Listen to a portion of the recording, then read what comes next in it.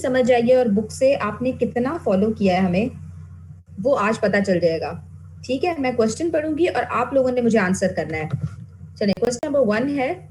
सबसे पहले आप एक कॉपी और पेंसिल अपने पास रखें ताकि आप उनके डायग्नोस्टिक पॉइंट्स जो हैं वो नोट करते जाएं, और आपने सिनेरियो में क्या क्या चीज़ देखनी होती है उसको डायग्नोज करने के लिए ये हम आज देखेंगे। जाहिर है इतने लंबे लंबे जो सिनेरियोज होते हैं, अभी ये तो रिलेटिवली छोटा है, लेकिन कुछ सिनेरियोज 7-8 लाइनों के भी होते हैं। अब उस इतने लंबे सिनेरियो में क्या हर चीज़ इंपॉर्टेंट है या फिर आपने सिर्फ मेन चीज़ों पे फोकस करना है, ये हम आज डिस्कस करेंगे। चलिए, question number 1। A 36 years old male for the last 10 years has a history of diarrhea, abdominal pain, weight loss, and recurrent bleeding in stools. This time he is admitted with right urinary colic. Ultrasound abdomen shows stones in the right renal pelvis, gastrointestinal complaints. अच्छा, चलें ये बताएं, अब आपको scenario पढ़ के क्या पता चला कि इसका क्या डायग्नोसिस हो सकता है? 36 ईयर्स एज है,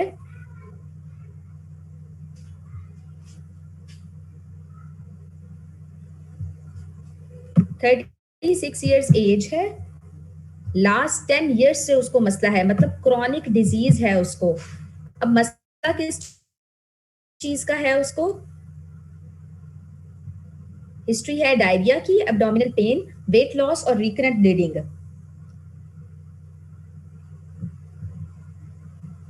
ठीक है, ठीक डायग्नोसिस बता रहे हैं आप लोग। अच्छा, अब मुझे ये बताएं कि आपको कैसे पता चला कि ये अल्सरेटिव कोलाइटिस है, या आपको कैसे पता चला ये क्रोहन्स डिजीज है?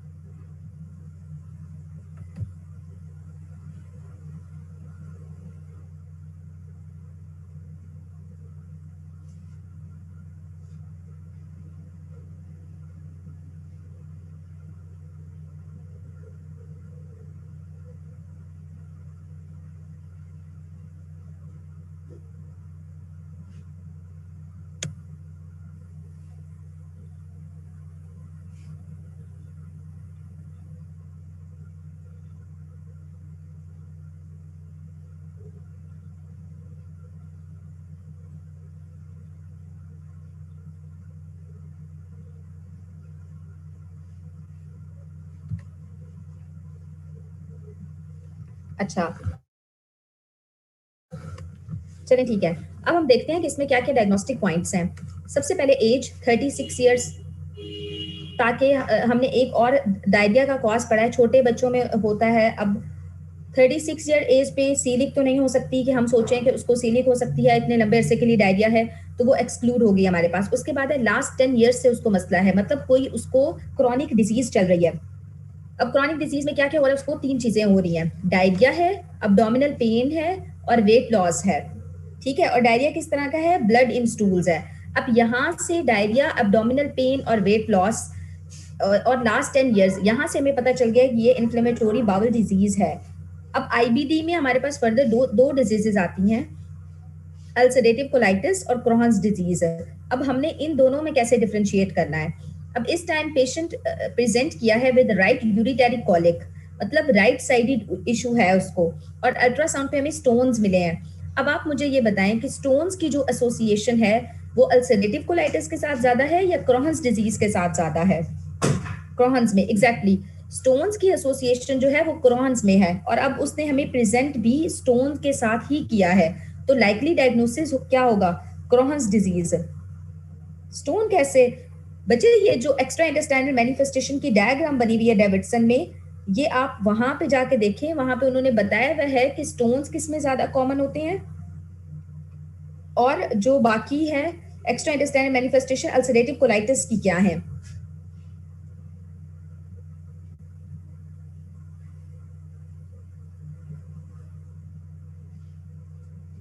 जो स्टोन्स की एसोसिएशन है ना,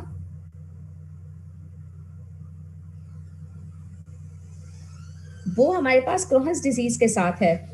अच्छा, ब्लीडिंग के साथ आप लोग कंफ्यूज कर रहे हैं कि जो ब्लड इन स्टूल्स है तो हम अल्सरेटिव कोलाइटिस लिख देंगे, नहीं। ब्लीडिंग जो स्टूल में आती है वो क्रोहन्स में भी आ सकती है, अल्सर्स क्रोहन्स में भी बन सकते हैं। जब वहां पे इरोजन होगी, अल्सर्स बनेंगे तो ब्लड इन स्टूल्स वहां पे भी आ सकता है।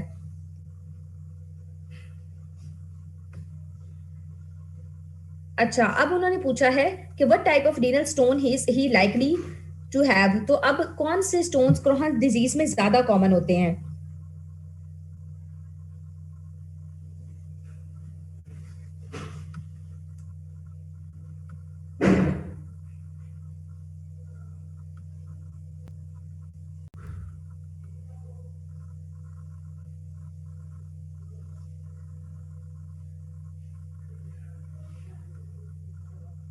अच्छा, अब ये बात करते हैं कि कौन से स्टोन्स जो हैं बेसिकली क्रोहन्स डिजीज में ज़्यादा कॉमन होते हैं और क्रोहन्स में ही क्यों स्टोन्स बनते हैं। क्रोहन्स डिजीज हमें पता है कि स्मॉल इंटेस्टाइन की डिजीज है और हमारी बॉडी की जितनी भी फैट है उसने स्मॉल इंटेस्टाइन में जाके अब्जॉर्ब होना होता है। तो क्रोहन्स डिजीज जब होती है, स्मॉल इंटेस्टाइन की जो फैट अब्जॉर्प्शन कैपेसिटी होती है वो डिक्रीज हो जाती है, जिसकी वजह से स्पेसिफिक टाइप के स्टोन्स बनना शुरू हो जाते हैं और मोस्टली उसमें ऑक्सलेट स्टोन्स बनते हैं। और जिन लोगों में स्मॉल बाउल के इश्यूज चल रहे होते हैं उनमें मोस्ट कॉमन ऑक्सलेट स्टोन्स ही होते हैं। अच्छा, उसके बाद है, हाँ जी, कैल्शियम ऑक्सलेट की बात हो रही है। उसके बाद है name 3 abdominal complications which he is prone to develop. अब एब्डोमिनल कॉम्प्लिकेशंस का मतलब उसने यहाँ पे घुमा के थोड़ा सा पूछा हुआ है, उसने बेसिकली कॉम्प्लिकेशन ही पूछी हुई है।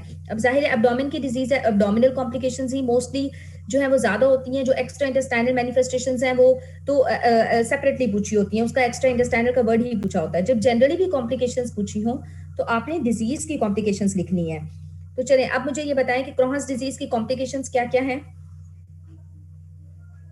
क्या फिस्टुला आप लोगों ने पढ़ा था कि क्रोहन्स डिजीज में बन सकता है, अब्सेस बन सकती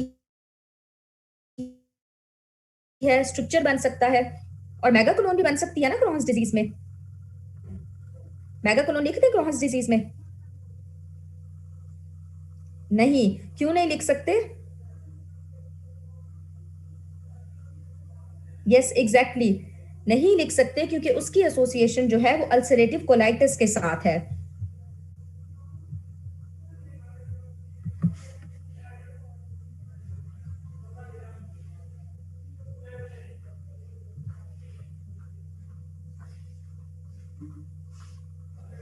अच्छा, अब नेक्स्ट क्वेश्चन देखते हैं, क्वेश्चन नंबर 2। अब इसमें उन्होंने बताया हुआ है, इसमें उन्होंने बताया हुआ है कि a 35-year-old male seen in emergency department with 2-day history of coffee colored vomiting। अब कॉफी कलर्ड वॉमिटिंग हो रही है उसको और एपिगेस्ट्रिक पेन है साथ में उसको, और साथ में हिस्ट्री है एनसिड्स की for his chronic low back pain. चलें, जो उसने खुद ही बता दिया कि वो ऑलरेडी एनसिड्स ले रहा है। पेशेंट इज नॉन अल्कोहलिक, कि कोई उसको अल्कोहल की एसोसिएशन उसके साथ नहीं है। On examination he is pail, epigastric tenderness है उसको, no हेपेटोस्प्लीनोमेगैली। Upper GI endoscopy shows small duodenal ulcer on the posterior wall. Serology for H. pylori is positive। चलें जी, सारा कुछ उसने खुद ही बता दिया कि स्मॉल ड्यूडेनल अल्सर मिला है हमें, किस वजह से मिला है, पेशेंट जो है वो एनसिड्स ले रहा है। अब हमसे क्या पूछा हुआ है, व्हाट अदर इन्वेसिव और non invasive test to confirm that he is suffering from H pylori infection. अब वो डब्बा याद है आप लोगों को जो आपने किया था? अब यहाँ पे रैंडमली हैपहैसिवली आपने बिल्कुल भी टेस्ट नहीं लिखने। उसने जब स्लैश डाल के इन्वेसिव और नॉन इन्वेसिव का पूछा है तो मार्क्स की डिस्ट्रीब्यूशन भी इसी के अकॉर्डिंग है। आपने सबसे पहले एक प्यारा ही सी हेडिंग देनी है इन्वेसिव टेस्टिंग की, और उसके बाद नॉन इन्वेसिव टेस्ट की हेडिंग देके और वहां पे आपने लिखनी है। ठीक है, यहाँ पे ये जो डेविडसन का टेबल आप लोगों ने किया है, मैंने वीडियो में मार्क भी कराया हुआ है कि ये आपसे पूछते हैं तो यहाँ इस क्वेश्चन के आंसर में आपने टेबल ही ड्रॉ करना है। ठीक है, उसके बाद है write down standard non bismuth H pylori eradication triple therapy prescription for this patient. अब नॉन बिस्मथ देखिए उसने कंफ्यूज कर दिया। अच्छा, अब मुझे ये बताएं कि ट्रिपल थेरेपी जो हम यूज करते हैं इरेडिकेशन के लिए, उसमें हमारे पास कौन कौन सी ड्रग्स आती हैं?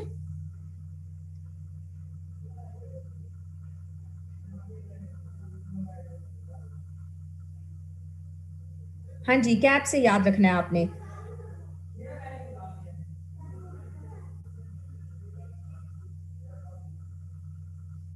ठीक है, ये जी इसका आंसर सबको आता है। उसके बाद है question number 2B। A 50-year-old obese woman is taking drug for painful osteoarthritis for last 2 years. अब यहाँ पे उसने मेंशन नहीं किया कि वो कौन सी ड्रग ले रही है। He just mentioned कि उसको painful osteoarthritis है। For last 1 week, she was complaining of upper abdominal pain and vomited blackish material on the day of admission.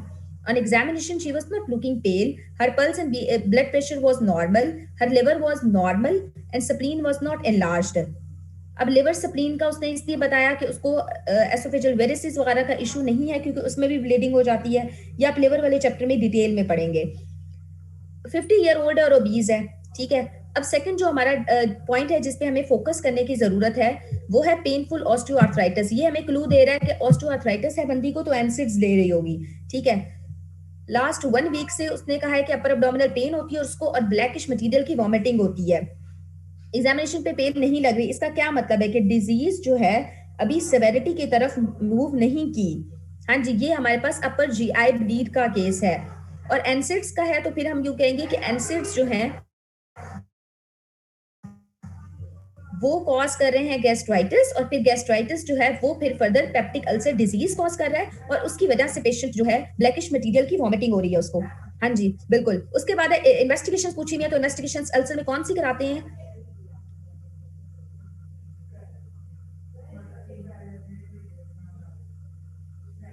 Peptic ulcer disease इसलिए नहीं क्योंकि क्वेश्चन में उसने हमसे डायग्नोसिस नहीं पूछा। अगर वो डायग्नोसिस पूछता तो हम बेशक यही लिखते, लेकिन क्वेश्चन में उन्होंने पूछा हुआ है what is the most likely cause of haematemesis in this patient. अब हेमेटोमेसिस उसको क्यों हो रही है? क्योंकि उसको गैस्ट्राइटिस हुआ है एनसिड्स की वजह से।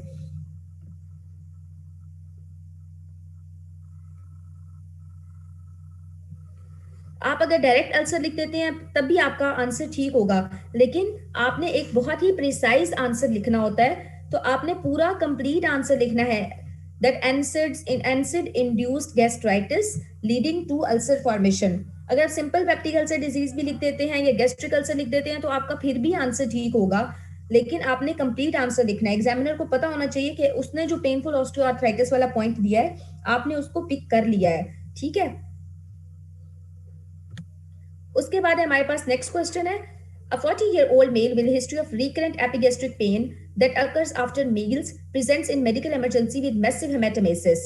अब ये भी बिल्कुल सेम है, उसको एपिगेस्ट्रिक पेन है और उसने हेमेटोमेसिस के साथ प्रेजेंट किया है, लेकिन यहाँ पे क्या चीज सिग्निफिकेंट है? His BP is 90/60, he has tachycardia, sweating, there is no history of chronic liver disease. अब यहाँ पे है तो उसको अल्सर ही, ब्लीडिंग उसी की वजह से हो रही है, लेकिन ये इसकी क्या सिग्निफिकेंस है? ये बता सकते हैं कोई बच्चा कि उसने क्यों बताया हुआ कि बीपी 90/60 है, टैकीकार्डिया है और स्वेटिंग है?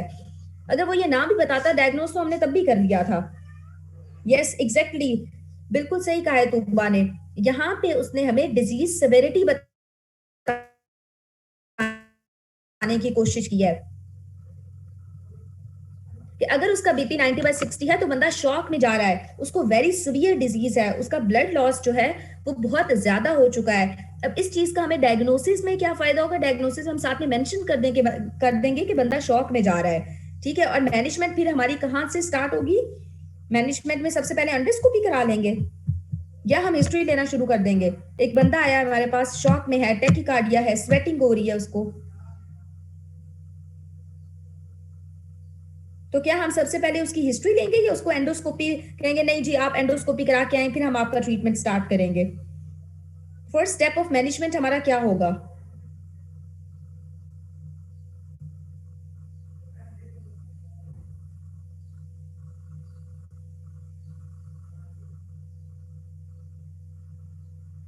किसी को नहीं पता कि हम फर्स्ट स्टेप ऑफ मैनेजमेंट में क्या करेंगे।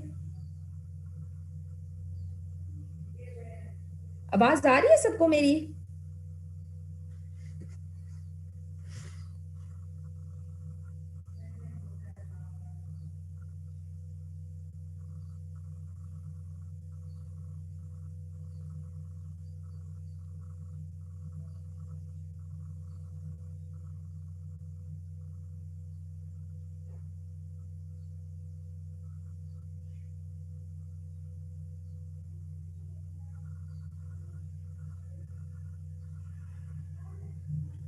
यस, फर्स्ट हम पेशेंट को स्टेबलाइज करेंगे, हीमोडायनामिकली पेशेंट को स्टेबल करेंगे और फिर हम उसका ट्रीटमेंट स्टार्ट करेंगे। कैसे करेंगे हीमोडायनामिकली स्टेबल पेशेंट को?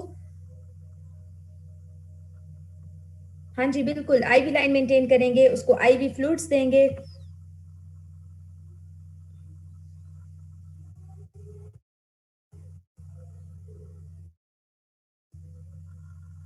और सबसे इंपॉर्टेंट बात जो आपने हर सिनेरियो में याद रखनी है, जब भी कोई बंदा इमरजेंसी में शॉक की हालत में प्रेजेंट करता है, तो आपने सबसे फर्स्ट स्टेप जो लिखना होता है, आपने जो फर्स्ट स्टेप लिखना होता है उसमें आपने मेंशन करना है एडमिट द पेशेंट। जब आपकी मैनेजमेंट चेक हो रही होती है ना, तो इसके मार्क्स होते हैं, आपने साथ में मेंशन करना है first step admit the patient. सबसे पहले हॉस्पिटल्स में भी आप लोग जाते हैं, देखते रहते होंगे कि वहां पे हम पेशेंट को सबसे पहले एडमिट करते हैं, उसकी फाइल बनती है, फिर उसके बाद हम उसको आईवी लाइन मेंटेन करते हैं, उसको फ्लूइड्स देते हैं, उसको एंटीबायोटिक्स देते हैं, उसकी ब्लड सैंपलिंग लेते हैं, उसके लैब्स करवाते हैं, बाद में क्रॉस मैचिंग करवाते हैं। तो सबसे पहले आपने एडमिट द पेशेंट लिखना, उसके बाद उसको स्टेबलाइज करना है और फिर आते हैं, फिर आपकी आ जाएगी स्पेसिफिक मैनेजमेंट। जी डायग्नोसिस इसका कंप्लीट ये होगा that peptic ulcer disease leading to hypovolemic shock. अब हाइपोवोलेमिक इसीलिए कह रहे हैं क्योंकि उसका मैसिव ब्लड लॉस हो रहा है, उसका ब्लड वॉल्यूम रिड्यूस हो रहा है, इसलिए पेशेंट को हाइपोवोलेमिक शॉक है। हाँ जी बिल्कुल, पेशेंट चार्ट पे भी लिखा होता है कि सबसे पहले आपने पेशेंट को एडमिट करना है, तो फिर बाकी आपने फिर हीमोडायनामिकली स्टेबल करना है और फिर स्पेसिफिक मैनेजमेंट करनी है।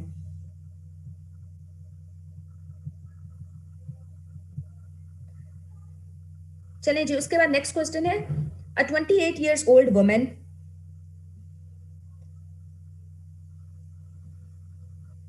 severe peptic ulcer disease is not itself a term।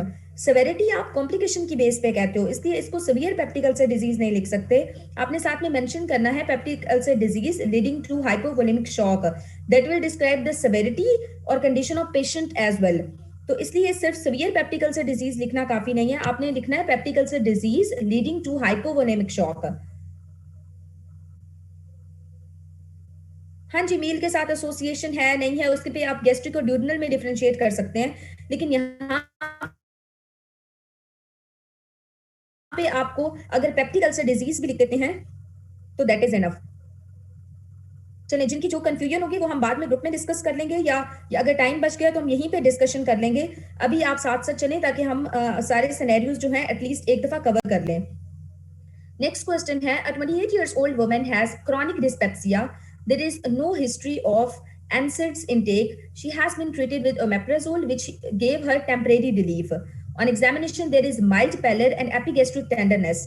Blood complete examination revealed mild hypochromic microcytic anemia. Stool was positive for occult blood. Upper GI endoscopy showed an ulcer in the first part of duodenum. What do you think may be the cause of the ulcer? अब इसमें ulcer किस वजह से है? NSAIDs की वजह से हो रहा है इसमें, इस लेडी को जो अल्सर है।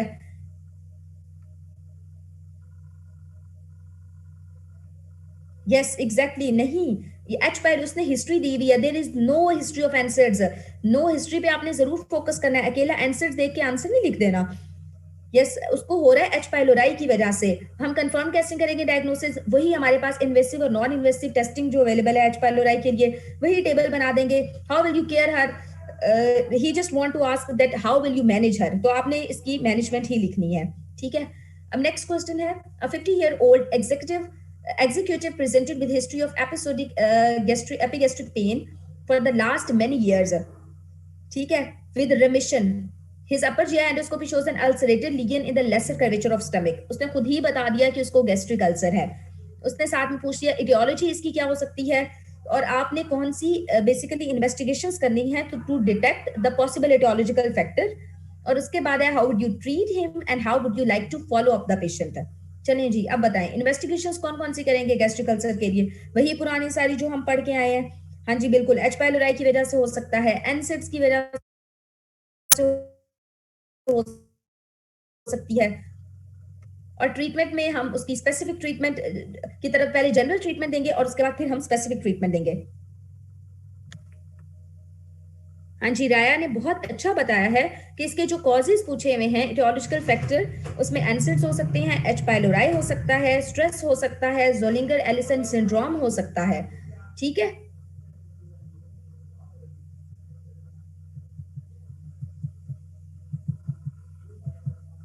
Yes, invasive plus non invasive testing कराएंगे उसके लिए।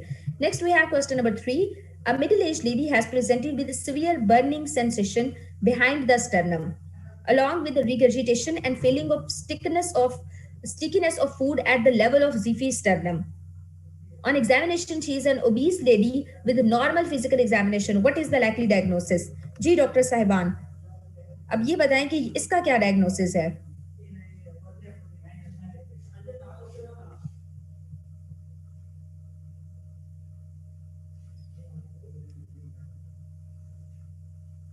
Yes, very good, gastroesophageal reflux disease, GERD है इसको।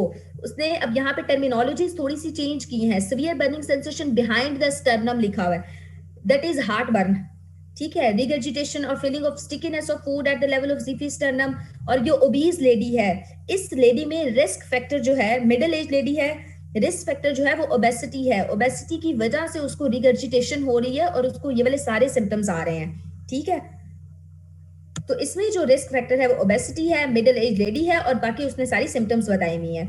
What is the likely diagnosis? तो gastroesophageal reflux disease. Name at least 3 specific test to confirm the diagnosis. चलें जी, अब आपको पता चल गया गैस्ट्रोएसोफेजियल रिफ्लक्स डिजीज है। उसके लिए क्या कराएंगे? कौन से स्पेसिफिक टेस्ट कराएंगे? स्टूल कल्चर करा लेंगे, उससे पता चल जाएगा कि गर्ड है, या कोई और टेस्टिंग हमारे पास अवेलेबल है, हम वो कराएंगे। कौन से 3 स्पेसिफिक टेस्ट हैं जो हम गैस्ट्रोएसोफेजियल रिफ्लक्स डिजीज के लिए यूज करते हैं?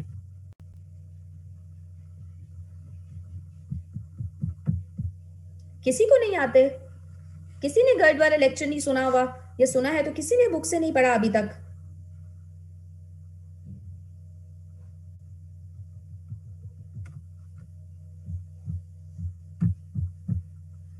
हाँ जी बिल्कुल, एंडोस्कोपी, बेरियम बेरियम स्वेलो कराएंगे, एंडोस्कोपी कराएंगे, फिर बायोप्सी कराएंगे, पीएच मॉनिटरिंग भी करा सकते हैं। चलें जी,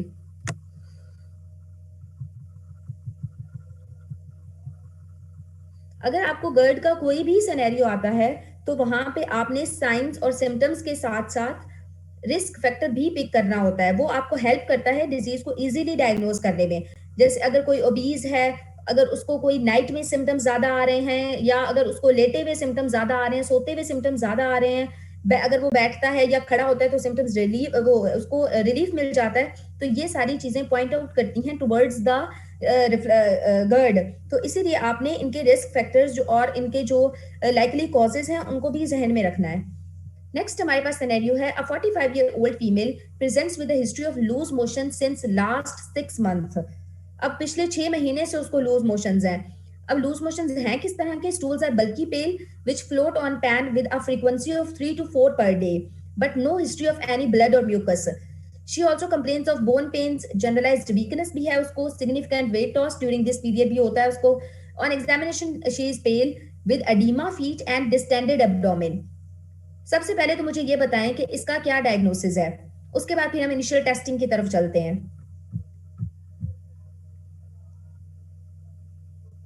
यस बिल्कुल, ये सीलिक डिजीज है हमारे पास। कैसे पता चला आपको कि ये सीलिक डिजीज है? उसको लास्ट 6 मंथ से डायरिया है। उसके बाद उसके स्टूल जो है वो बल्की हैं। ये भाई ने लेक्चर में बड़ी दफा रिपीट किया था ये पॉइंट कि जो होती है हमारे पास सीलिक डिजीज, उसमें स्टूल्स जो है वो बल्की पेल होते हैं। उसके बाद और क्या क्या बताया हुआ इसमें जी? उसको बोन पेन्स हो रही हैं। क्यों हो रही हैं उसको? क्योंकि उसकी फैट एब्जॉर्प्शन नहीं हो रही। फैट एब्जॉर्प्शन अगर नहीं हो रही तो उसका वाइटामिन जो है, fat soluble vitamin A, D, E and के, वो भी काम नहीं कर रहे। वाइटामिन डी नहीं एब्जॉर्ब हो रहा, तो इस वजह से उसको बोन पेन्स हो रही हैं। उसके बाद जनरलाइज्ड वीकनेस भी है उसको, सिग्निफिकेंट वेट लॉस भी हो रहा है उसको इस पीरियड में। एग्जामिनेशन जब हम करते हैं हमें पेल मिलती है। पेल से क्या पता चला? अनीमिया भी है उसको, क्योंकि आयरन अब्जॉर्प्शन नहीं हो रही, क्योंकि फॉलिक एसिड अब्जॉर्प्शन नहीं हो रही। साथ में एडीमा फीट है, क्योंकि प्रोटीन जो है वो भी लूज हो रही है, तो वो एडीमा कॉज कर रही है। उसके बाद डिस्टेंडेड एब्डोमेन भी मिल रहा है हमें। तो ये सारी चीजें पॉइंट आउट करती हैं टुवर्ड्स सीलिक डिजीज। उसके बाद इनिशियल टेस्ट हैं, तो इनिशियल टेस्ट लिख लेंगे आप लोग। अब कौन-कौन से इनिशियल टेस्ट हैं जो हम सीलिक डिजीज के लिए करवाते हैं? सबसे पहले बायोप्सी करा देंगे। कोई हमारे पास अब ये लेडी आई है जैसे, तो सबसे पहले हम कहेंगे जाओ जी अपनी बायोप्सी करवा के लाओ।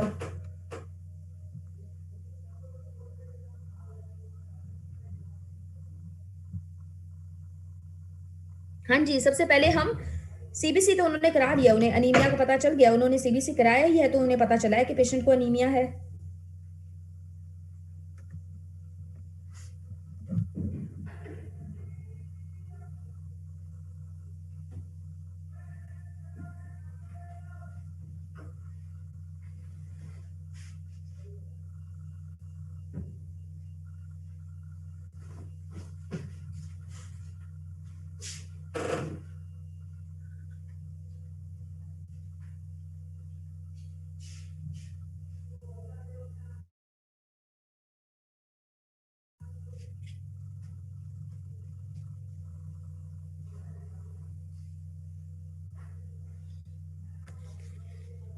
अच्छा, एडीमा क्यों हो रहा है सीलिक डिजीज में? हाँ जी, एडीमा इसलिए हो रहा है, एक तो सीलिक डिजीज में फ्लूइड रिटेंशन होती है, दूसरा हमारे पास किसी हद तक एल्ब्यूमिन का लेवल भी रिड्यूस हो जाता है। अब एल्ब्यूमिन हमारी बॉडी में कम हो तो फ्लूइड रिटेन होना शुरू हो जाता है। ऑब्वियसली प्रोटीन कम है तो प्रोटीन लॉस हो रहा है, जिसकी वजह से फ्लूइड रिटेंशन होती है, और फ्लूइड रिटेंशन की वजह से एडीमा हो जाता है।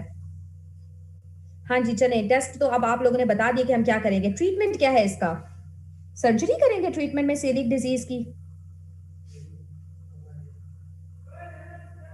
हाँ जी, किसी भी एज ग्रुप में आपकी जेनेटिक प्रीडिस्पोजिशन पे डिपेंड करता है कि आपकी जो ऑटो इम्यूनिटी है वो कितनी स्ट्रांग है, तो ये किसी भी डिजीज में प्रेजेंट कर सकती है।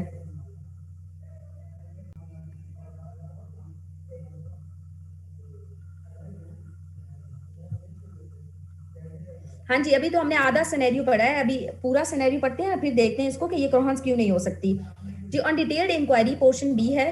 Patient also says that she feels better when she stops taking roti and eats only fruits.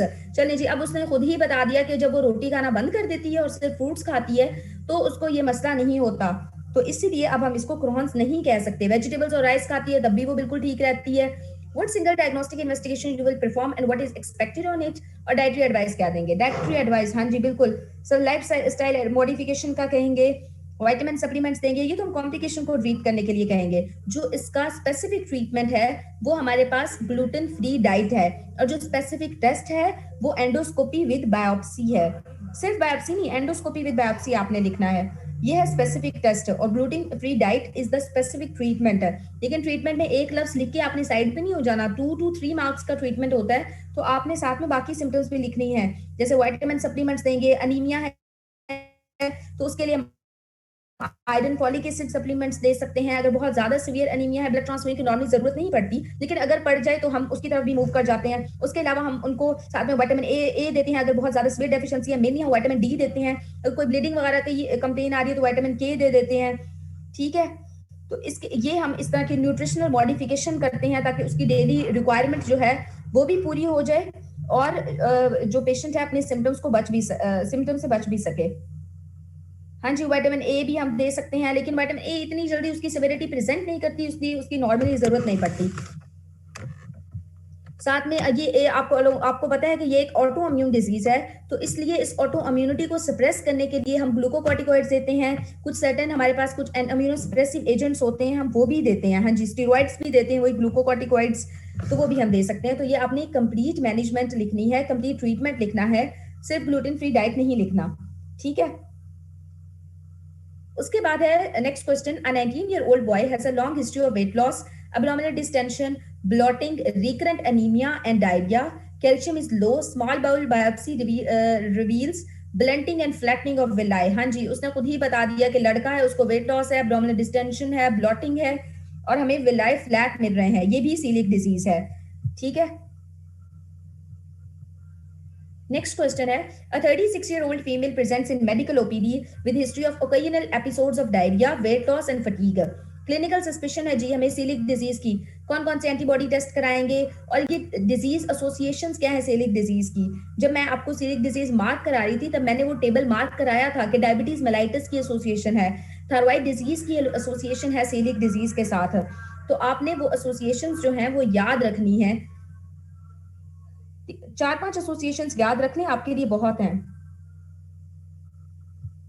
उसके बाद नेक्स्ट क्वेश्चन है 45 ईयर। अभी हम जल्दी इसलिए चल रहे हैं क्योंकि ये सारे सिनेरियोज मिलते जुलते हैं।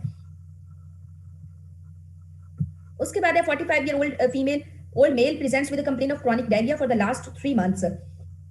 Stools are bulky, difficult to flush and don't contain any bleed. जी आपको यहीं से पता चल गया कि stools are difficult to flush and don't contain any bleed. तो क्या पता चला आपको?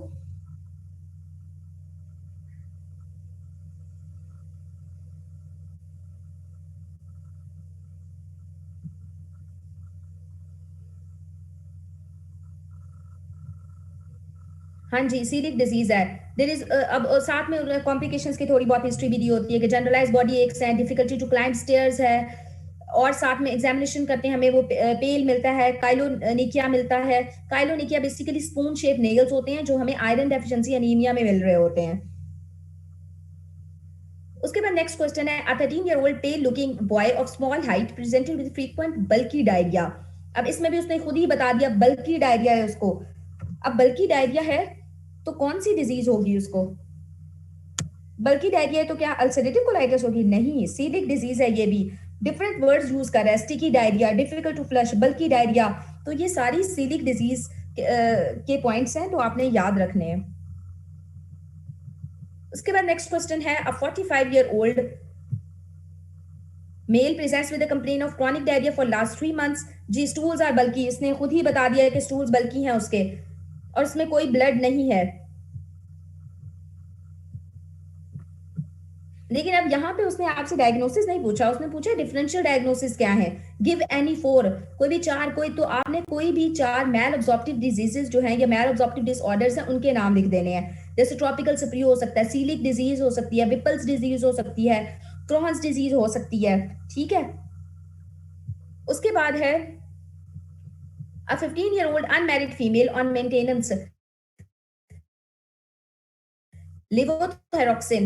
अच्छा ये जो एसोसिएशंस पूछ रहे हैं ना, अब ये उनके लिए है ये वाला क्वेश्चन। आप पढ़ें, आप बाद में फिर हम एसोसिएशंस भी देखते हैं कौन सी हैं। देखिए जो सीलिक डिजीज है वो ऑटो इम्यून है, तो जो भी ऑटो इम्यून डिजीज होगी उसकी एसोसिएशन होगी सीलिक डिजीज के साथ। जैसे आप लोगों को पता है कि जो डायबिटीज मेलाइटिस टाइप 1 होती है वो ऑटो इम्यून है, थायराइड डिजीज ऑटो इम्यून होती है, तो उसकी एसोसिएशन उसके साथ है। हाँ जी, हैशिमोटो थायराइडाइटिस है वो ऑटो इम्यून है, तो उसकी भी एसोसिएशन इसके साथ है। A 15-year-old unmarried female on maintenance levothyroxine, 50 microgram, 3 tablets daily. Follow-up she complains of tiredness, easy fatigue, abdominal distension, loose stool 2 to 3 times per day since previous 5 months and normal menstrual periods. On examination, conjunctiva a little pale. Physical examination showed no other abnormality. Her lab is 9 gram.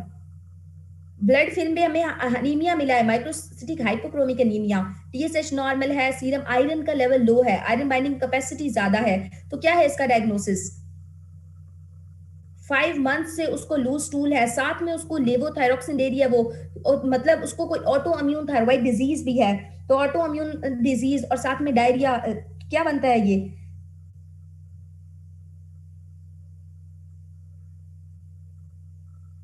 Ulcerative colitis. बच्चे loose stools लिखा हुआ है, loose stools आ सकते हैं क्या ulcerative colitis में? उसमें तो ब्लडी डायरिया का नहीं बताया हुआ होगा। हाँ जी, ये सीलिक डिजीज है। नेक्स्ट क्वेश्चन है a young person has presented with chronic diarrhea for the past 3 months. He passes 3 to 6 bulky motions। जी उसने यहाँ खुद ही बता दिया कि बल्कि स्टूल्स हैं उसके, और साथ में उसने बताया he passes motion usually over time he eats or drinks. The food contents can be recognized in the stool sample. Examination पे पेल है, उसको मसल मैस उसका कम है, साथ में उसको रैशेस बने हुए हैं, उसकी जो बाउल साउंड्स हैं वो भी लाउड है, एब्डोमेन डिस्टेंडेड है। तो मोस्ट लाइकली डायग्नोसिस क्या होगा? जब स्टार्ट में ही उसने बल्कि मोशन किया तो हमें पता चल गया।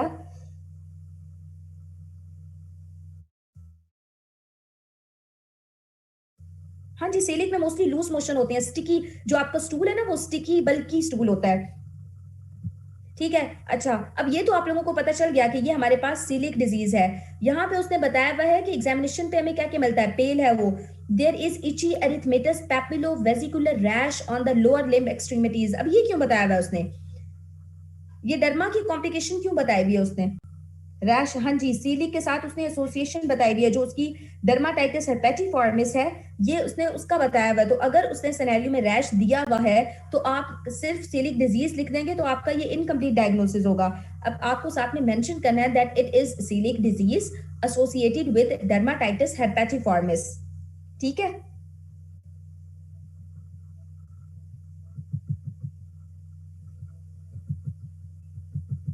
उसके बाद नेक्स्ट क्वेश्चन है, a 30-year-old man presents with the diarrhea for 5 days. Stools are mixed with fresh blood and mucus. अब उसको ये ब्लडी डायरिया है, उसका ब्लड और म्यूकस के साथ जो है वो स्टूल मिक्स हुआ हुआ है। एक काइंडली अपने कैमरास ऑफ कर लें, स्क्रीन पे नजर नहीं आती। Frequency of stool is 9 to 11 per day with fever and abdominal discomfort. He says that he has similar episodes of diarrhea, although of less intensity in the last 6 months. On examination, he is pale, dehydrated, he has toxic look, blood pressure 110 by 70, pulse 110 by 110, temperature 102 Fahrenheit, lab reports में hemoglobin 7 है, ESR 80 है, ESR raised है उसका first hour में, और WBC count 14 into 10 raised to 9 है। चलें अब ये बताएं इसका क्या डायग्नोसिस है। Yes, ulcerative colitis, ESR raised का उसने बताया हुआ है और ब्लडी डायरिया का बताया हुआ है। तो ये बिल्कुल अल्सरेटिव कोलाइटिस के डायग्नोस्टिक पॉइंट्स हैं। जहां पे भी ब्लडी डायरिया आ जाए तो आपने वहां पे अल्सरेटिव कोलाइटिस का सोचना है, अनटिल और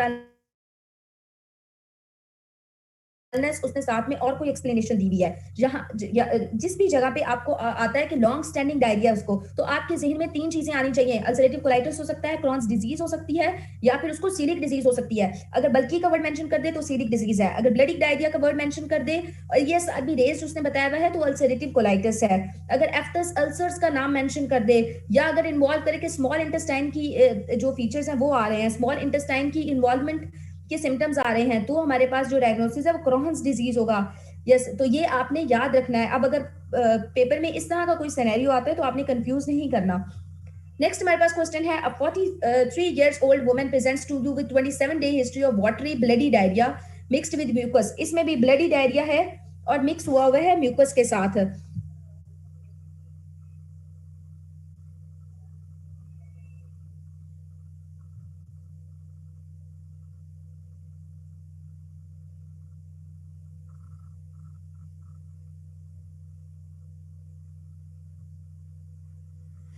नॉर्मल जो होता है ना, हमारा नॉर्मल ईएसआर जो होता है वो 0 से 30 मिलीमीटर होता है इन फर्स्ट आवर। अगर 30 से ज्यादा है तो फिर आपका वो ईएसआर रेस्ड कहेंगे हम उसको। ठीक है, हाँ जी, ये भी अल्सरेटिव कोलाइटिस है।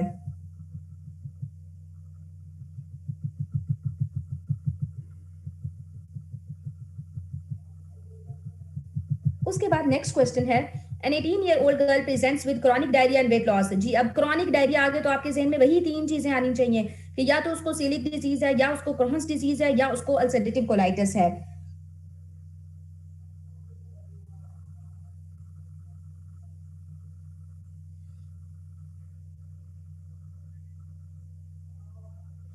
She has bloating feeling in her abdomen and her stools are difficult to flush कह दिया। तो चलें जी, ये तो अब हमको, अब हमें नींद में भी कोई पूछेगा कि डिफिकल्ट टू फ्लश वाला सिनेरियो है तो हमें नहीं भूलना चाहिए कि इसका आंसर जो है वो सीलिक डिजीज है। चलिए नेक्स्ट क्वेश्चन है, 32-year-old housewife complains of excessive dysphagia, pain, epigastrium, intermittent vomiting है उसको पास्ट 3 years से। She has been treated with antacids, H2 receptor blockers and various PPIs with temporary relief. Clinical examination is unrevealing except for deep tenderness in the epigastrium. Epigastrium में tenderness है, साथ में उसको dysphagia है, epigastrium में pen है और intermittent vomiting है पिछले 3 साल से। तो क्या डायग्नोसिस है इसका?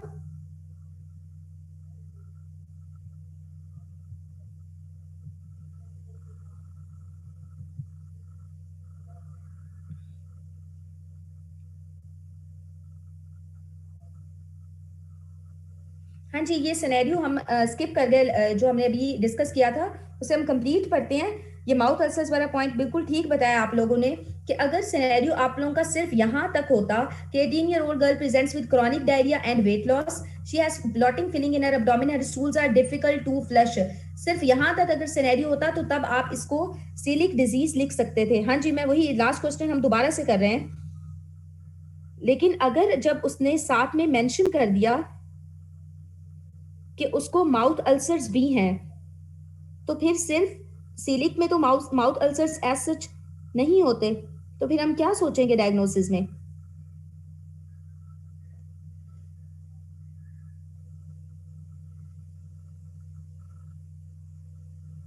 Yes, Crohn's. तो लास्ट क्वेश्चन का आंसर जो है वो क्रॉन्स डिजीज है, ये जो सिनेरियो हम पढ़ रहे थे। अगर सिर्फ यहाँ तक दिया होता कि डिफिकल्ट टू फ्लश है, डायरिया, वेट लॉस है और गर्ल है 18 ईयर्स की, तो फिर ये होता हमारे पास सीलिक डिजीज है। अब साथ में उसने बता दिया कि उसको रिकरेंट माउथ अल्सरेशंस भी हो रही हैं, तो ये डिसबायोसिस वाला जो आपने पढ़ा है कि माउथ अल्सर्स की जो एसोसिएशन है वो क्रॉन्स डिजीज के साथ है, तो ये आपने फिर इसका क्रॉन्स डिजीज लिखना है।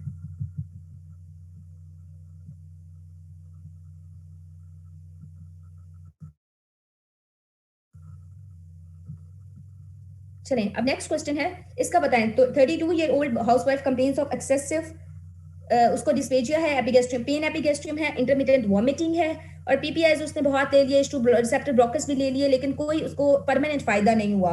क्लिनिकल एग्जामिनेशन पे हमें सिर्फ और सिर्फ एपिगेस्ट्रियम में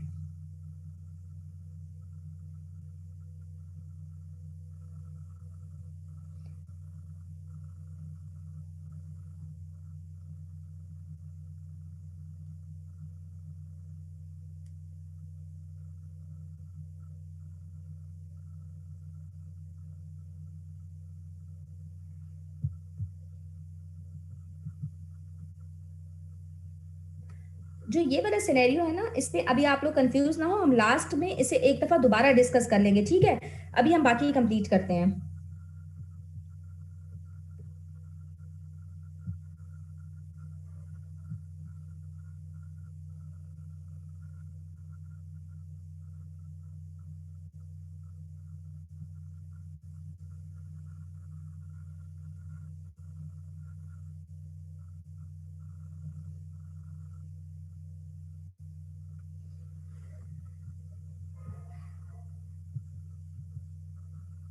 चलें जी, अब इसमें उसने हमसे पूछा ही नहीं हुआ डायग्नोसिस का, उसने सिर्फ ये पूछा हुआ है कि पॉसिबल कॉजेस बताने हैं क्लिनिकल कंडीशन के।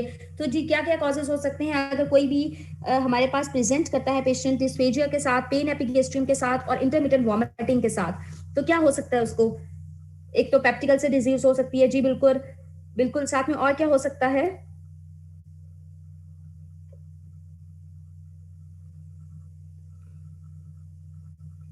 हाँ जी, जोलिंगर एडिसन सिंड्रोम भी हो सकता है उसको, गैस्ट्राइटिस भी हो सकता है बिल्कुल, एनसेड इंड्यूस्ड हो सकता है, एच पाइलोरी इंड्यूस्ड हो सकता है।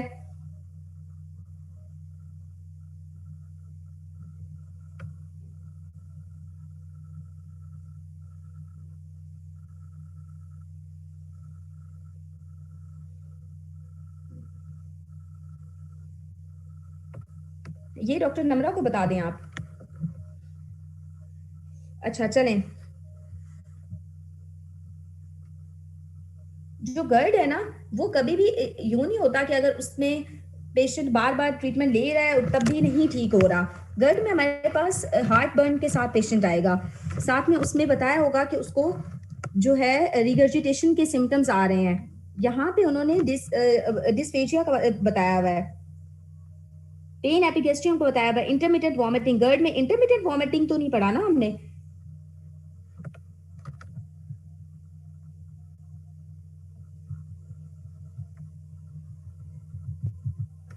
चलिए जी, उसके बाद है एक्यूट अपर गैस्ट्रोइंटेस्टाइनल ब्लीडिंग। तो ये अब आप लोगों को पता ही है कि हेमाटोमेसिस के साथ बंदी प्रेजेंट करती है, तो हमने उसको किस तरह से मैनेज करना है, और अगर लोअर जीआई ब्लीडिंग है तो फिर हमने उसको किस तरह से मैनेज करना है। ये सारे टॉपिक्स अभी आप लोगों ने नहीं पढ़े।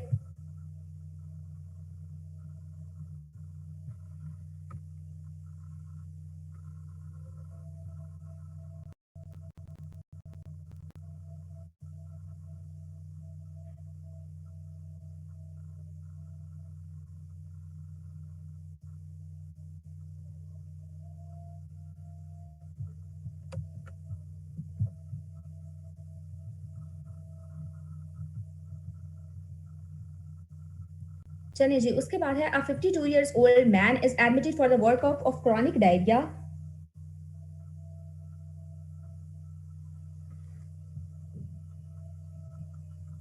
chronic recurrent diarrhea of about 6 months duration in addition to the watery diarrhea.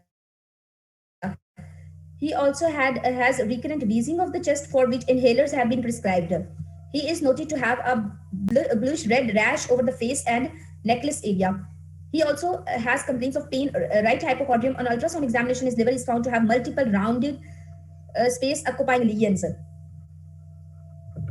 हाँ जी.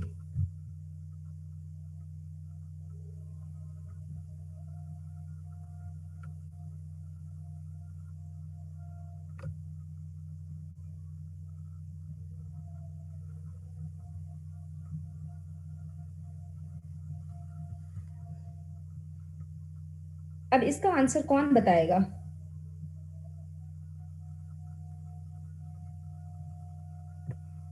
यस, कार्सिनाइड ट्यूमर है ये उसकी.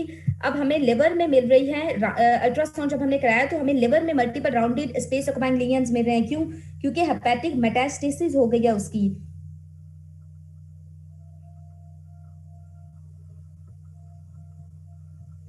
ठीक है. क्रॉनिक रिकरेंट डायरिया है उसको, for which inhalers have been prescribed. उसको कोई रिकरेंट वीजिंग भी है जिसके लिए वो इनहेलर्स यूज कर रहा है. अब उसको रैश है over the face and necklace area. और अब उसने कंप्लेन की है पेन राइट हाइपोकॉन्ड्रियम की. और अल्ट्रासाउंड एग्जामिनेशन पे उसके लिवर में हमें multiple rounded space occupying lesions मिले हैं. कार्सिनोइड ट्यूमर की हेपेटिक मेटास्टेसिस हुई है, इसीलिए तो हमें वहां पे मल्टीपल राउंडेड लीजन्स मिले हैं.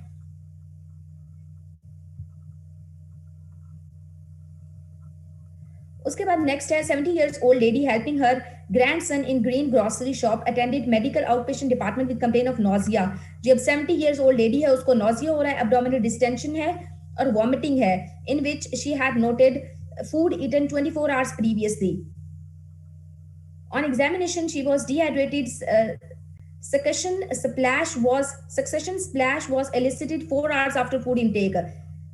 तब जो उसने लास्ट 24 आवर्स में खाया था अब वॉमिटिंग के थ्रू बाहर आ रहा है. इन्वेस्टिगेशन पे हीमोग्लोबिन 10 है, ESRB 10 है, serum sodium 145, potassium 2.5, serum bicarbonate 32, chloride 90. अभी ये आप जो हमारे पास इलेक्ट्रोलाइट्स के लेवल दिए में इनको ना देखें, आप मुझे सिर्फ यहाँ तक बताएं कि उसमें सक्सेशन स्प्लैश आ रहा है. यहाँ तक आपने सिनेरियो पढ़ना है, बिल्कुल यहाँ तक. ठीक है. 4 hours after food intake. Investigations में हमें क्या मिलता है, अभी आप वहां पे ना आ जाएं. यस, बिल्कुल. ये है गैस्ट्रिक आउटलेट ऑब्स्ट्रक्शन.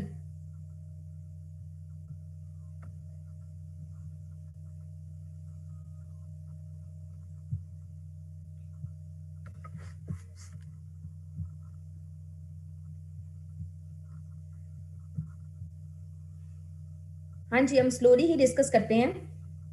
दरअसल सिनेरियोस एक जैसे होते हैं, फिर इसलिए उन पे टाइम नहीं लगाते. गैस्ट्रिक आउटलेट ऑब्स्ट्रक्शन है ये. कैसे? जब मैंने आपको कॉम्प्लिकेशंस बताई थी गैस्ट्रिक अल्सर्स की, पेप्टिक अल्सर डिजीज में, मैंने आपको बताया था कि ये दो चीजें आपने जरूर याद रखनी है. उसमें से एक था गैस्ट्रिक आउटलेट ऑब्स्ट्रक्शन. अब कैसे बता, अब देखो आउटलेट ऑब्स्ट्रक्शन हुई है, मतलब वो किसी भी वजह से आउटलेट ऑब्स्ट्रक्शन हो सकती है कि पाइलोरिक स्टेनोसिस हुआ हुआ है या फिर पाइलोरिक स्ट्रक्चर बना हुआ है, किसी भी वजह से हो सकती है. कॉज पे अभी आप नाम आप यूं देखें कि हमारे पास जो स्टमक है it's just like a bag, और बैग की हमारी एक ओपनिंग खुली है और नीचे से जो जहां से ड्यूडेनम में उसने मूव करना है वहां पे ऑब्स्ट्रक्शन हुई हुई है. अब वहां पे ऑब्स्ट्रक्शन होगी तो क्या होगा कि हमारी जो भी हमने चीज खाई है वो स्टमक तक तो जाएगी, स्टमक से आगे नहीं जा पाएगी. इसीलिए जब उस लेडी ने वॉमिटिंग की तो उसने जो पिछले 24 आवर्स में भी खाया था तो वो वाले फूड पार्टिकल्स भी उसके वॉमिटस में थे. और उसमें यहाँ में उन्हें बताया हुआ है कि जब देखिए नीचे से जब अगर गैस्ट्रिक आउटलेट ऑब्स्ट्रक्शन हुई भी है, ऊपर सारी स्टमक में फूड एक्यूमुलेट हो रही है, तो फीमेल को नॉजिया हो रहा है, उसकी वजह से एब्डोमिनल डिस्टेंशन भी हो रही है उसी की वजह से, और वॉमिटिंग भी उसी की वजह से हो रही है उसको, कि जब स्टमक अपनी कैपेसिटी से ज्यादा फिल हो रहा है और आगे कोई पेरिस्टाल्सिस नहीं हो रही, कोई फूड मूव नहीं कर रही, तो उसको अक्यूटली ऑब्स्ट्रक्शन नहीं होगी. एज सच अक्यूट, आपको अक्यूट क्रॉनिक लिखने की जरूरत नहीं है, आपने सिर्फ जो है गैस्ट्रिक आउटलेट ऑब्स्ट्रक्शन लिखना है. अक्यूट क्रॉनिक के चक्कर में पढ़ने की जरूरत नहीं है.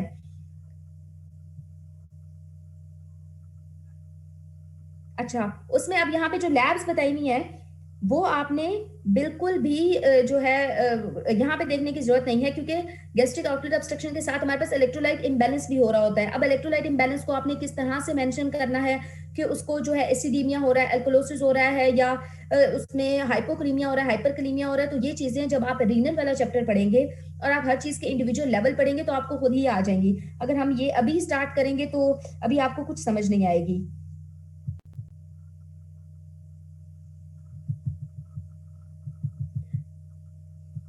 उसके बाद नेक्स्ट है, a 55-year-old heavy smoker presents with progressive dysphagia or to solids, a significant weight loss over the last 3 months. On examination, he is pale, emaciated, with no other detectable clinical abnormality. हाँ जी, smoker है, heavy smoker है, उसको progressive dysphagia हुआ है, मतलब आहिस्ता आहिस्ता हुआ है कि प्रोग्रेस किया है टुवर्ड्स सॉलिड्स।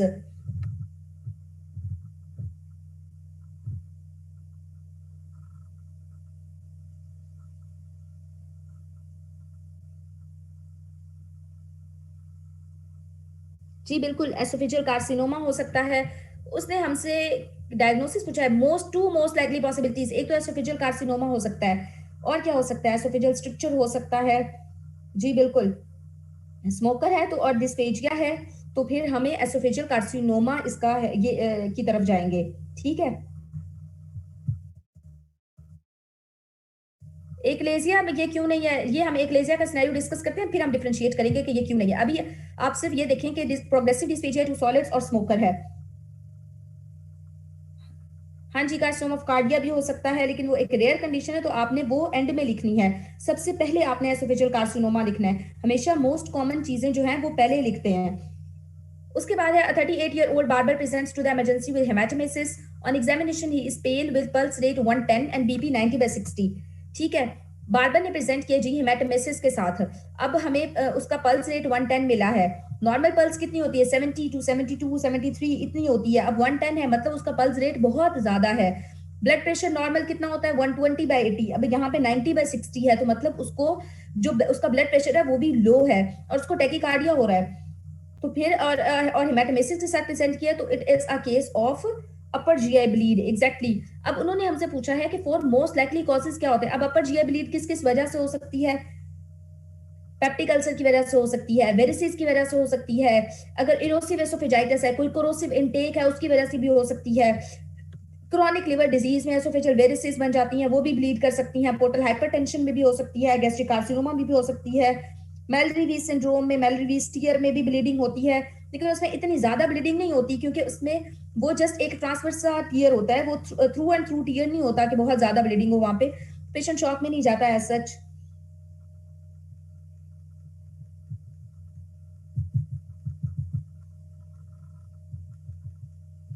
ये अब आपको लेक्चर में पढ़ाया गया है कि मेलरी टीयर क्या होता है, हमारे पास एसोफेजियल कार्सिनोमा में डिस्फेजिया किस तरह से होता है।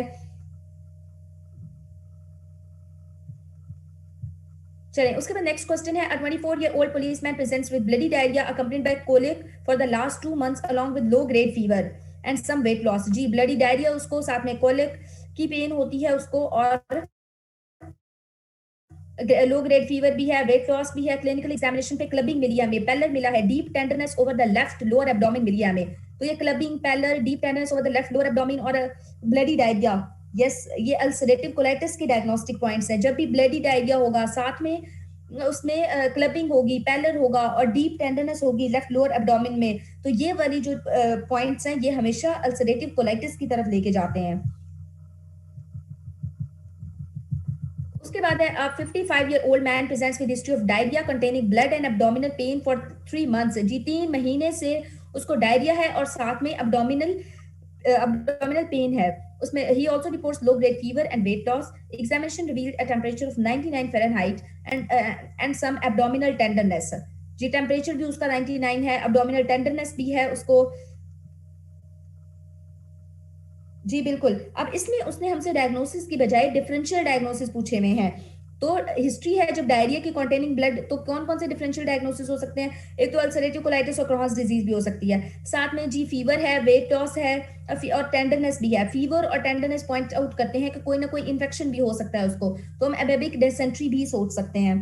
जी अल्सरेटिव कोलाइटिस हो सकता है, साल्मोनेला इन्फेक्शन हो सकता है, शिगेल्ला इन्फेक्शन हो सकता है। वो ये सारी चीज़ें जो माइक्रोबायोलॉजी में आपने ब्लडी डायरिया के कॉजेज़ पढ़े हैं, तो वो आप यहाँ पे सारे डिफरेंशियल डायग्नोसिस के तौर पे लिख सकते हैं।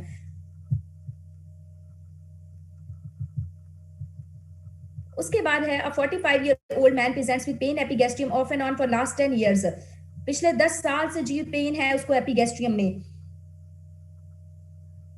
उसके बाद he remained pain free sometimes for many months. Now he is having persistent epigastric pain and vomiting after taking anything. He has lost 15 kg in few months. He was dehydrated on examination. What is the diagnosis? जी उसको pen epigastrium में थी पिछले 10 सालों से, और यूं होता था कि पेन उसकी इंटरमिटेंट थी, कभी रिलीव हो जाता था मैनी मंथ्स के लिए, फिर दोबारा उसको पेन होना शुरू हो जाती थी, लेकिन अब उसको परसिस्टेंट पेन और वॉमिटिंग हो रही है।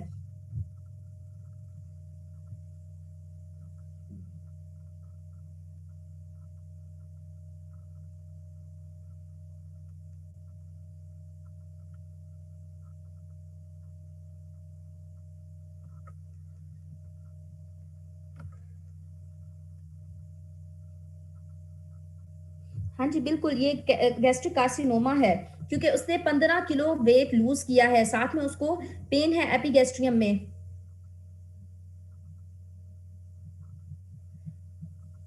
उसके बाद है 60 जी बस करने लगे हैं, बस हमारे पास कुछ सिनेरियोज़ रह गए हैं, तो हम जल्दी-जल्दी इनको खत्म करते हैं, फिर एंड करते हैं। A 60 year old woman presents in emergency with massive haematemesis. जी, उसने अपर जीआई ब्लीड, यहाँ हेमाटोमेसिस से आपको पता चल गया कि ये अपर जीआई ब्लीड है। She has history of pain in her knee joints for which she is seeing her orthopaedic surgeon. जी, पेन है उसको नी जॉइंट्स में, मतलब कोई ना कोई उसको आर्थराइटिस हुआ हुआ है, कोई ऑस्टियोआर्थराइटिस हुआ हुआ है। Who has prescribed her some pain killers का क्या मतलब? जी, अब हमें बिल्कुल अच्छी तरह से पता है कि नी जॉइंट्स हैं, पेन किलर्स हैं, तो मतलब एनसेड्स ले रही है वो। She is pale and tender in her epigastrium, तो क्या है उसको एनसिड इंड्यूस्ड गैस्ट्राइटिस हुआ हुआ है, पेप्टिकल से डिजीज है उसको। जी बिल्कुल। अब हमारे पास नेक्स्ट क्वेश्चन है, 26 year old female presents with complain of difficulty swelling which has worsen gradually over time for last 1 year.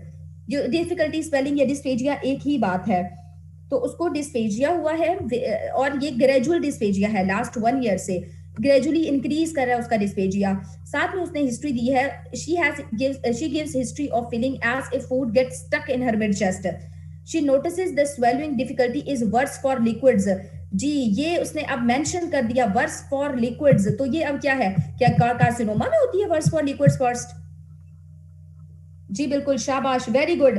सबने इसको बिल्कुल सही डायग्नोज किया है। This is not carcinoma, this is achalasia. ये हमारे पास एक्लेजिया है। उसके बाद है, इसी की इन्वेस्टिगेशंस पूछी हुई है, किस तरह डायग्नोसिस कंफर्म करेंगे, ट्रीटमेंट कंफर्म करेंगे।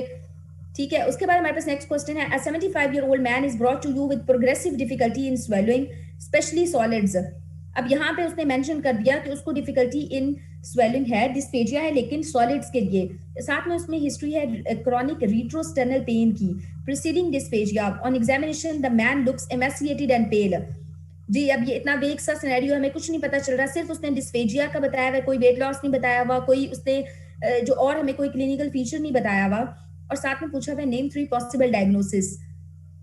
उसने खुद ही डिफरेंशियल डायग्नोसिस पूछी हैं। तो अब जब प्रोग्रेसिव डिस्फेजिया होता है, तो कौन-कौन से डिफरेंशियल डायग्नोसिस होते हैं, स्पेशली सॉलिड्स के लिए? तो एसोफेगस की कंडीशंस आती हैं, एसोफेजियल कार्सिनोमा हो सकता है, एसोफेजियल स्ट्रक्चर हो सकता है, ठीक है?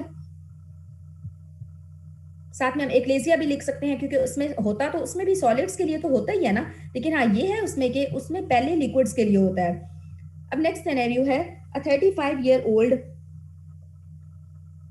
person presents with history of persistent pain in upper abdomen for the past 2 months.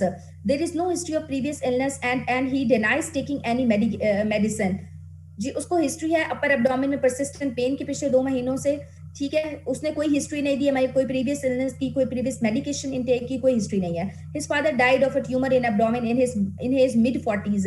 On examination he is pale and has tenderness in the epigastrium. जी, अब इसका क्या डायग्नोसिस है? ये उसने हमें क्यों पॉइंट बताया कि that his father dies in mid 40s due to like a tumour in the abdomen. बिल्कुल, गैस्ट्रिक कार्सिनोमा उसकी जेनेटिक प्रीडिस्पोजिशन होती है, फैमिली हिस्ट्री के साथ रिलेट करता है, दैट इज व्हाई यहाँ पे उन्होंने सिनेरियो में मेंशन किया हुआ है, फैमिली हिस्ट्री है कार्सिनोमा की। जी बिल्कुल, तो इसमें साथ में उसने क्वेश्चन में हमें पूछा था डिफरेंशियल डायग्नोसिस क्या हो सकते हैं, हमने कोई भी फोर डिफरेंशियल डायग्नोसिस बताने हैं, तो सबसे पहले हमारा डिफरेंशियल डायग्नोसिस होगा गैस्ट्रिक कार्सिनोमा। अच्छा, जो ये आप लोगों से पूछा होता है ना कि डिफरेंशियल डायग्नोसिस बताएं, तो वो आपने रैंडमली नहीं लिखने, वो आपने ऑर्डर में लिखने होते हैं। जो सबसे ज्यादा जो सिनेरियो के पॉइंट्स जिस चीज को फेवर कर रहे हैं वो आपने सबसे पहले लिखनी है, और जिसको कम फेवर कर रहे हैं वो आपने सबसे एंड पे लिखनी है। ठीक है, हाँ जी बिल्कुल, मोस्ट लाइकली को आपने फर्स्ट पे लिखना है।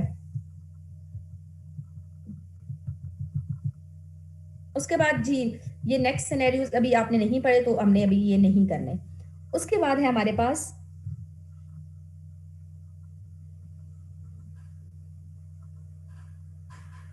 a 28-year-old female, 6-month history of chronic diarrhea associated with lower abdominal crampy pain.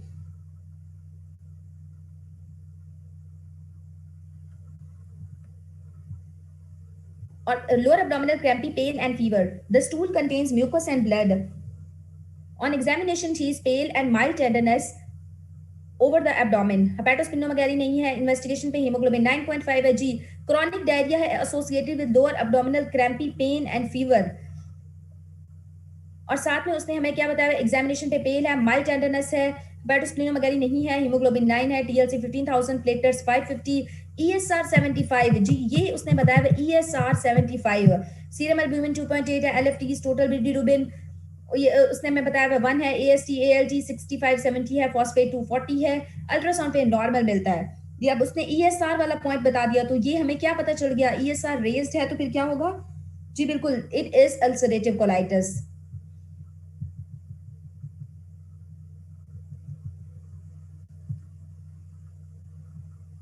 अब नेक्स्ट है 35-year-old female presents with 3-month history of bloody diarrhoea. The 3 months history है उसको ब्लडी डायरिया के साथ में क्रैम्पी पेन है।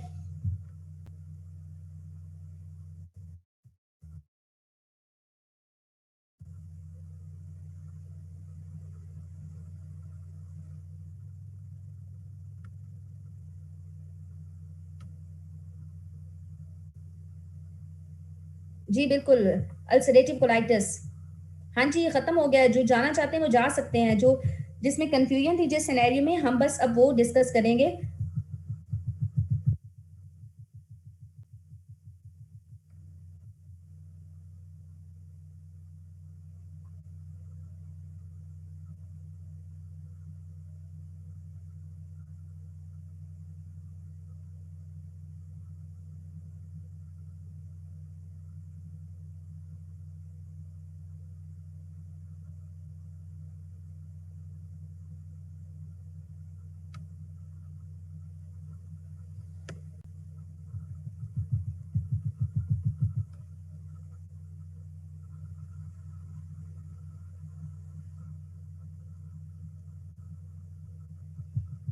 नहीं जी, अगर आपको जरूरत थी तो आप इसके स्क्रीनशॉट ले सकते हैं।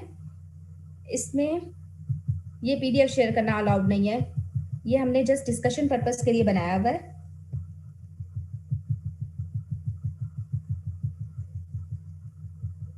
नहीं, ये पीडीएफ शेयर नहीं होगा।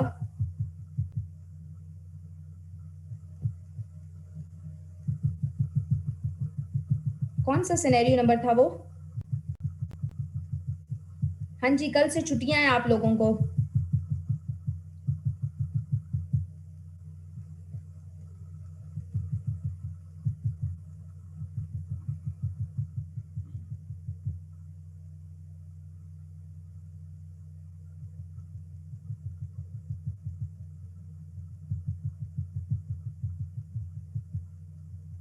ये ग्रुप पे अनाउंस कर दिया जाएगा कब तक है। Mostly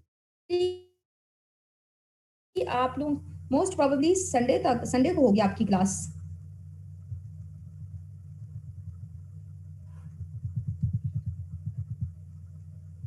thank you so much मनाल। क्वेश्चन नंबर 6 जी, मनाल ने बता दिया। अब हम जल्दी से क्वेश्चन नंबर 6 पे चलते हैं। बहुत जल्दी है आप लोगों को वापस जाने की। कौन से काम पेंडिंग है?